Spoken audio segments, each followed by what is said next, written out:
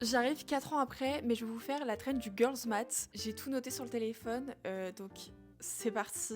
Heu, truc hyper simple, si j'achète un truc en promo, donc par exemple de base, il est à 30 € et du coup moi je l'ai à 20 €, j'ai gagné 10 €. C'est normal. Quand je paye avec Apple Pay ou en espèces, c'est gratuit. J'ai l'impression de ne pas payer. Alors là, j'ai acheté un jogging chez Urban Outfitters du coup à 60 balles, sauf que du coup j'ai vendu 2 joggings que j'avais sur Vinted, ce qui m'a fait 10 €. Donc techniquement, il m'a coûté que 50 € celui-ci. Girls Math. Quand je vais par exemple à un concert que j'ai payé l'année d'avant, quand j'y vais, c'est gratuit.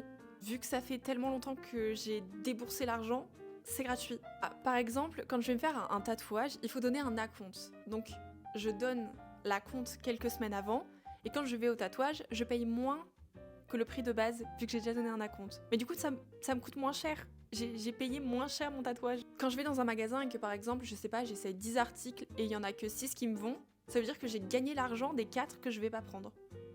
J'ai gagné de l'argent. Toujours avec Vinted, si jamais je vends des habits, du coup je vais avoir de l'argent sur mon porte-monnaie Vinted, et que je le réutilise pour acheter des habits sur Vinted, c'est gratuit.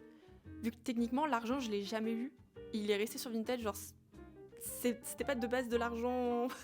Si je me fixe par exemple 100 € sur une journée, ce qui est assez rare, et que je dépense moins, j'ai gagné de l'argent et je vais pouvoir le dépenser plus tard.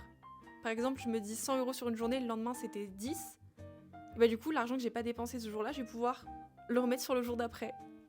Voilà. Pour les commandes en ligne, si par exemple j'ai 30 € de produits et qu'il faut que je rajoute 10 € pour avoir la livraison gratuite, qui est juste pas à 2-3 € de base par exemple, et ben moi je vais rajouter 10 € de produits pour avoir la livraison gratuite. Du coup pour moi c'est bénéf.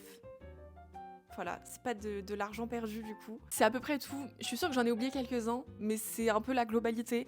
Dites-moi si vous pensez pareil et dites-moi ce que vous considérez comme du girls math et ce que vous faites. Voilà.